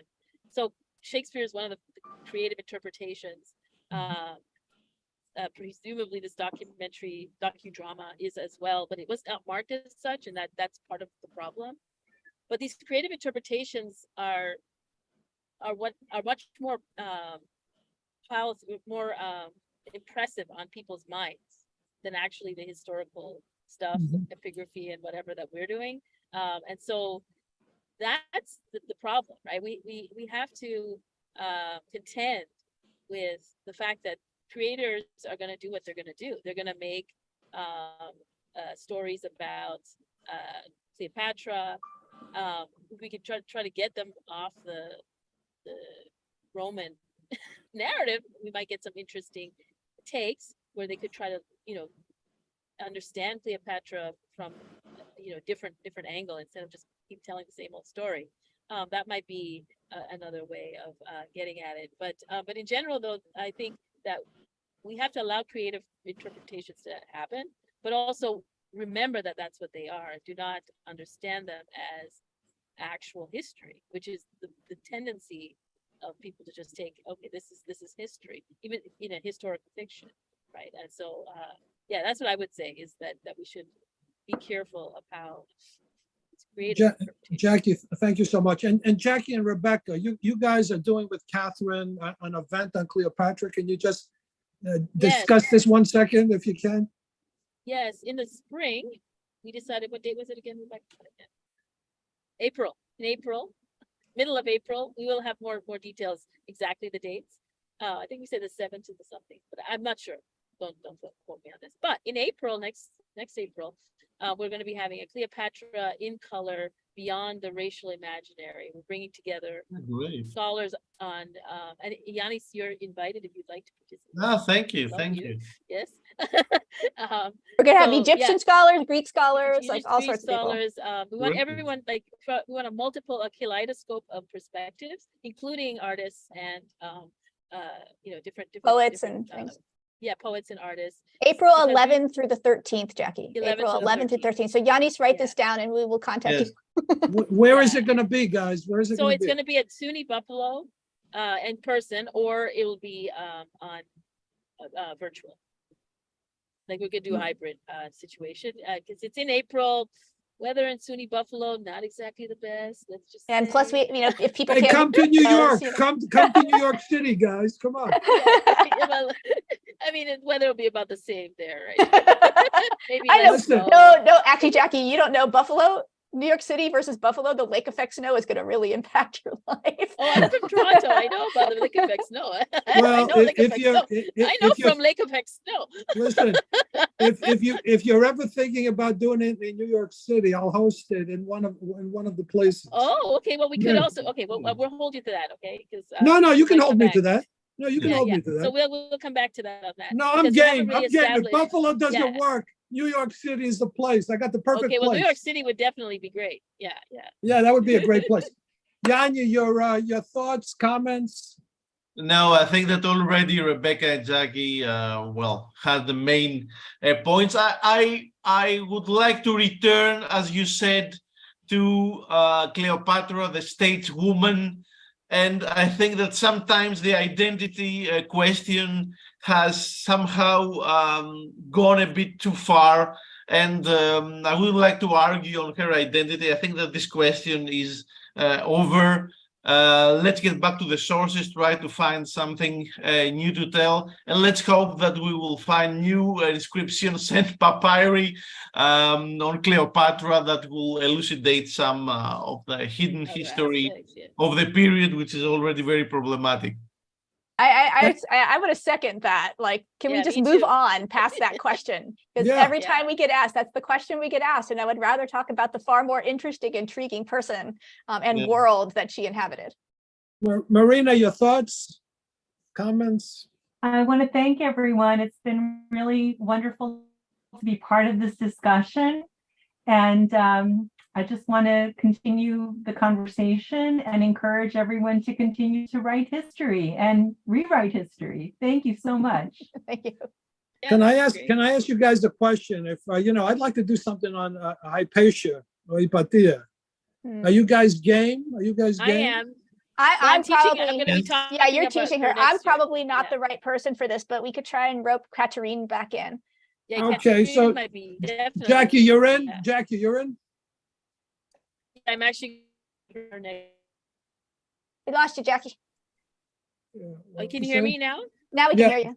Yes.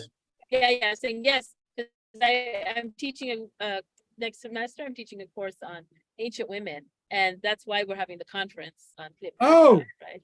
So, No, so I mean, yeah, so I'm- Hypatia is definitely one of the women. I definitely want to do something on her. Let me ask you a question. The Apollonius that especially that you went into, that was as Apollonius of Rhodes. Is that who we're talking about? Yeah. Okay. Yes, he's my Who guy. was born in Alexandria? Yeah, well, that's what Jackie, that's Jackie's primary Exactly. Yes. Alexandrian literature. So Oh, That's my Alexandria is your best thing? man. yeah, Alexandria is her thing. Her Can and we do- Katrina are the Alexandria specialists. Oh, I'm can- an Athens specialist. Alexandria spent some time on roads. Can we do Philo? Does Philo I can't hear you. strike? I can do philo. Oh, we're into Yeah, Philo. We're into I've Philo. done a course on philo. Oh, Yeah, philo okay. is also someone I can do. Yeah. All right. I can do Yeah, I can do I- philo. I can do Josephus. I can I- do you I want ancient Jews. I got you. Yeah. Oh, you can do Josephus also? Yeah, me too. Like Oh, I actually have oh. a course on. Yeah, I have a Listen, course on ancient Jews in Greek. Oh, that's fantastic. Oh, we're gonna do that's, some. That's one I taught. I taught a couple of years ago. We're gonna do some of that stuff, guys. I mean, I've actually translated both of them. Some text from both of them. So. this Yeah, is that's great. thank you. Listen, to the audience, thank you so much. Obviously, the dialogue will continue on Cleopatra. I think some of the things that we discussed are fascinating today. And join us for the next panel discussion. Thank you again, and thank you to the fantastic panelists. And we're going to do Hypatia next. Yeah. Take care, guys. Thank you again. Thanks. Okay. Thank you. Bye-bye.